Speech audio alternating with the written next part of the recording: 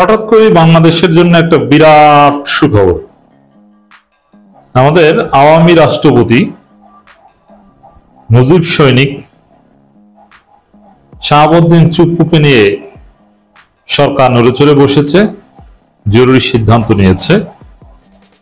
এই সিদ্ধান্তের তাৎপর্য অনেক। সব কূটনৈতিক মিশন থেকে রাষ্ট্রপতির ছবি সরানোর নির্দেশ।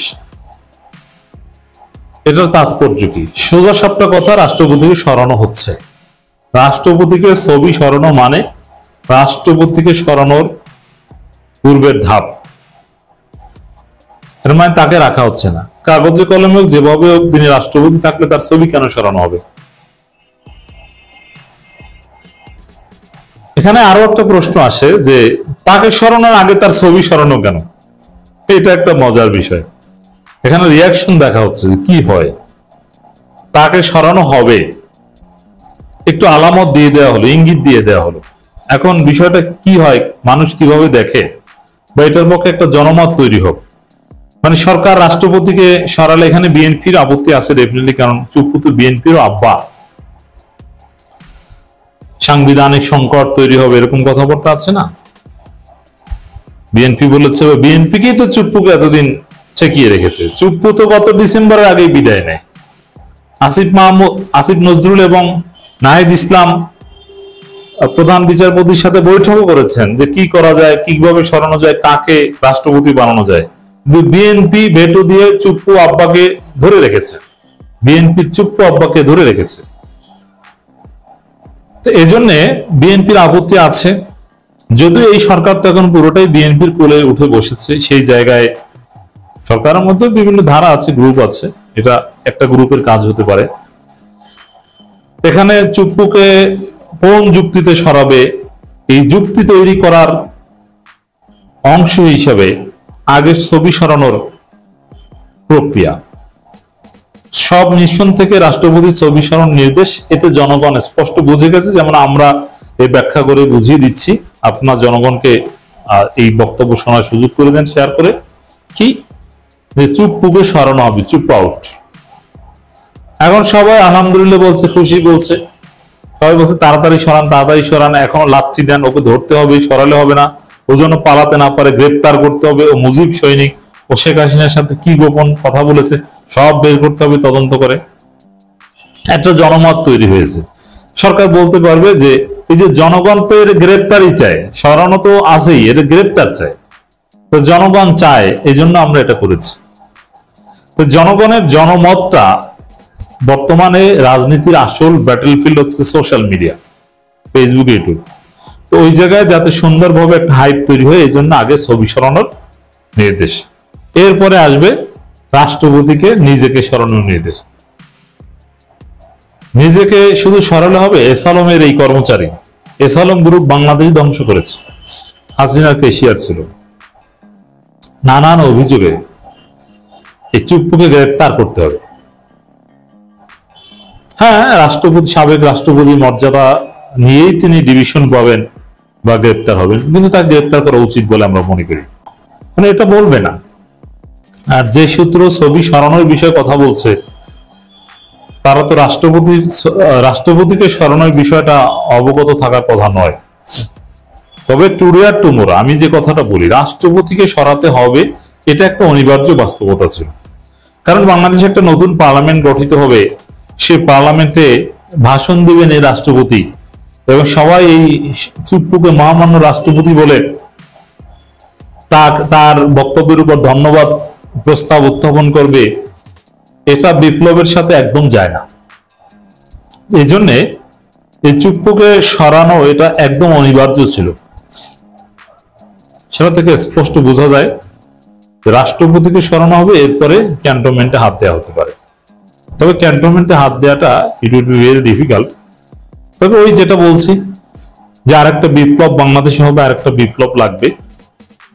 সেই বিপ্লবের ফলে বাংলাদেশে একটা বড় পরিবর্তন আসবে। কিন্তু স্বাভাবিকভাবে বিএনপি অনেক কিছুই হতে দিবে না, এবং ওয়াকারও অনেক কিছুই করবে না। এবং ক্যান্টনমেন্টে হাত দেয়া বা এই বিষয়েও এটাও যে একদম অমূলক না, এটা কঠিন হলেও বিপ্লবের মাধ্যমে হলেও যে হবে তার প্রমাণ আসনাদ সার্জি সেনাবাহিনী ডিজিএফআই এর বিরুদ্ধে কথা বলছেন, ডিজিএফআই বিল্ডিং এর ইট খুলে আনার কথা বলছেন। আবার বিনাকি, ইলিয়াস গং এরা তো আছেই। অতএব দর্শক, বাংলাদেশে বড় কিছু ঘটতে যাচ্ছে, এটা স্পষ্ট। অবশেষে এক ঐতিহাসিক সত্য স্বীকার করল বিএনপি। একই সাথে আর এক ঐতিহাসিক মিথ্যা নিয়ে হাজির হলো, শেখ হাসিনার সাথে নাকি জামাতের যোগাযোগ আছে, অথবা শেখ হাসিনা জামাত মিলে নাকি ষড়যন্ত্র করছে। সরাসরি না বললো, এভাবে বোঝাতে চেয়েছে। প্রথমটা হচ্ছে ডক্টর মঈন খানের বক্তব্য। দর্শক, খবর, বিদেশে বাংলাদেশের সব কূটনৈতিক মিশন, দূতাবাস, হাইকমিশন, কনসুলেট, কূটনীতিকদের অফিস ও বাসভবন থেকে রাষ্ট্রপতি মোহাম্মদ শাহাবুদ্দিনের ছবি সরানোর মৌখিক নির্দেশনা দিয়েছে পররাষ্ট্র মন্ত্রণালয়। বিষয়টি নিশ্চিত করেছেন পররাষ্ট্র মন্ত্রণালয়ের সূত্র। এই মৌখিক নির্দেশনারও তাৎপর্য হচ্ছে, রাষ্ট্রপতিকে সরানোর আগে লিখিতভাবে তো আর তার ছবি সরানোর নির্দেশ দেওয়া যায় না। এই জন্য ছবি সরানোর লিখিত নির্দেশ দিতে হলে আগে রাষ্ট্রপতিকে সরাতে হয়। এজন্য মৌখিক নির্দেশনা। সূত্র জানায়, বিশ্বের ৮০টি মিশনের ভেতর ৭০টি মিশন থেকে ছবি সরানো হয়েছিল। অবশিষ্ট মিশনগুলো থেকে রাষ্ট্রপতির ছবি সরানোর নির্দেশ দেওয়া হয়েছে।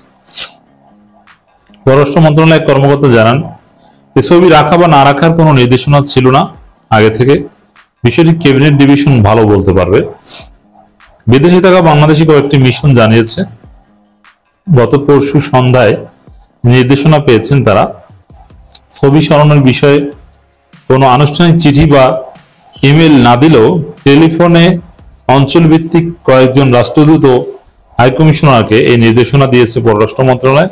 তবে রাষ্ট্রপতিকে সরিয়ে দেওয়ার গুঞ্জন এসে উড়িয়ে দিয়েছে সূত্রটি। নতুন সরকার দায়িত্বে আসে তখন বড় মিশনগুলো আগেই সরিয়েছিল রাষ্ট্রপতির ছবি। কয়েকটি মিশন না সরানোর কারণ মৌখিক নির্দেশনা দেওয়া হয়। খুব সহজভাবে বিষয়টা উপস্থাপন করা হয়েছে গণমাধ্যমে, কিন্তু না, ভিতরে অন্দরমহলের খবর যারা রাখেন, বিশেষ করে পিনাকি ভট্টাচার্য রিলেটেড যে গ্রুপটা, তারা এটাকে রাষ্ট্রপতিকে সরানোর প্রক্রিয়া হিসাবেই ব্যাখ্যা করছেন, এবং আমিও বিশ্বাস করি এই রাষ্ট্রপতিকে স্মরণ হবেই, এটা মাস্ট। শুধু সরল হবে না, সরলে হবে না, তা গ্রেপ্তার করতে হবে। ওদিকে এনসিপির ছেলেরা নতুন সংবিধান এবং গণপরিষদ নির্বাচনের দাবিতে এক প্রকার মাঠে নেমে গিয়েছে। সেই জায়গায় চুপ করতে এমনিতেই থাকতে পারে না। আবার কেউ কেউ বলছেন, যেমন সাংবাদিক ইলিয়াস বলেছেন,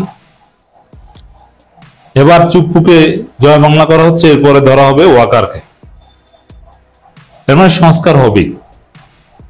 তাহলে এই বিষয়টা স্বাভাবিক না।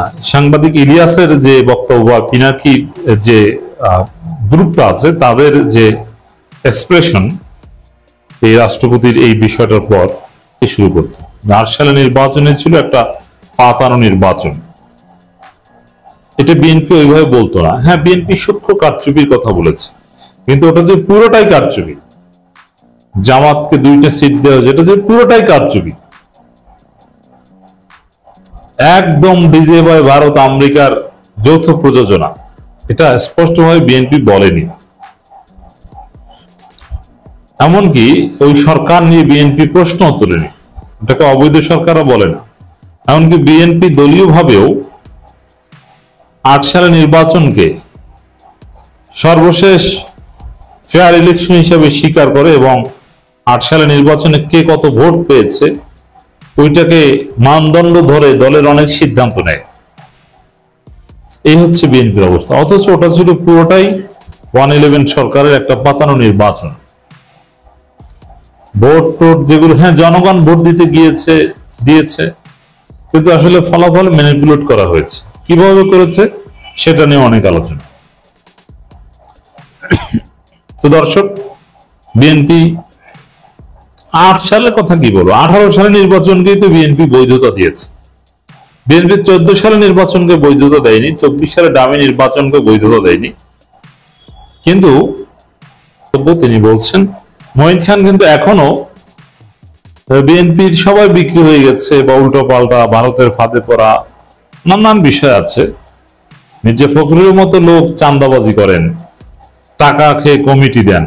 মির্জা ফখরুল কথিত ভদ্র রাজনীতিবিদ, আমার কাছে প্রমাণ আছে, টাকা খেয়ে কমিটি দিছেন। জেলা কমিটি সভাপতি পদ 30 লাখ টাকার বিনিময়ে বিক্রি হয়। এত কম 30 লাখ টাকা এখনকার জমানায় কোনো টাকা? এই 30 লাখ টাকার বিনিময়ে জেলা কমিটির পদ বিক্রি করে, সেখানে মির্জা ফখরুল নাকি 10 লাখ টাকা পায়। Whatever, that's different discussion. Mirza Fakhrul, Khandakar Mosharraf, এই দুইজনকে দেখবেন তুলনামূলকভাবে উল্টোপাল্টা কথা কম বলেছে, কিন্তু অন্য সবাই উল্টোপাল্টা কথা প্রচুর বলছেন, বলে যাচ্ছেন। মঈন খান বলছেন 2008 সালে নির্বাচন পরিকল্পিত ছিল, কারণ এই কথাটা কিন্তু বিএনপি ওইভাবে মার্কেটিং করেন, এটা জামাত করতো। জামাতের বিভিন্ন স্টেটমেন্টে, যেমন ইতিহাস নিয়ে যখন জামাত স্টেটমেন্টে উল্লেখ করত, বিএনপি সাধারণত 2014 সেই পার্লামেন্টের মেম্বার আপনি হতে পারবেন। এই জন্য কখনো যদি ভুলে নির্বাচন 18 সালে নির্বাচন বা এগুলোকে অবৈধ বা এইসব কোনো কথা বলে ফেলতো, তাহলে স্পিকার ওগুলো এক্সপান্স করতো এবং বিএনপি নেতারা ওটাকে প্রত্যাহার করতে হতো। এই হচ্ছে বাস্তবতা। তো সেই জায়গায় মঈন খান বলছেন 2008 সালে নির্বাচন পরিকল্পিত ছিল। অ্যাবসলিউটলি রাইট, 2008 সালে নির্বাচন পরিকল্পিত ছিল, পুরোটাই পাতানো নির্বাচন ছিল, ভাগ বাটোয়ারা নির্বাচন ছিল। এখন এই 26 সালের ফেব্রুয়ারিতে আর একটা 8 সাল মার্কা ভাগ বাটোয়ারা নির্বাচন হতে যাচ্ছে। দর্শক, বিএনপির আরেক মাথা খারাপ নেতা, বিএনপি নেতাদের এখন সুস্থতা নাই। মোটামুটি এই মঈন খান এবং ডক্টর খন্দকার মোশাররফ এরা তুলনামূলকভাবে একটু ভালো কথা বলছেন, কিংবা সেলিমা রহমান কিছুটা ভালো কথা বলছেন। মঈন খান, খন্দকার মোশাররফ, জমিরুদ্দিন সরকার এরা জিয়াউর রহমানের আদর্শ ধারণ করেন একশোফার। অন্য সবাই বিক্রি হয়ে গেছে। সালাউদ্দিন আহমেদও কিন্তু কঠিনভাবে জিয়াউর রহমান পন্থী ছিলেন, কিন্তু সেই সালাউদ্দিন আহমেদ এখন জয় বাংলা হয়ে গেছেন ভারতে। যে জয়নুল আবেদিন ফারুক বলছেন স্বাধীনতা বিরোধীদের সঙ্গে আতাত করে ফের ষড়যন্ত্র করছে হাসিনা। আচ্ছা, এখন জয়নুল আবেদিন ফারুককে স্বাধীনতা বিরোধী বলতে কাদেরকে বোঝা? জামাত ইসলামীকে? এটা নিয়ে তো কোনো সন্দেহ সংশয় নাই। তাহলে কি বোঝা গেল যে জামাত ইসলাম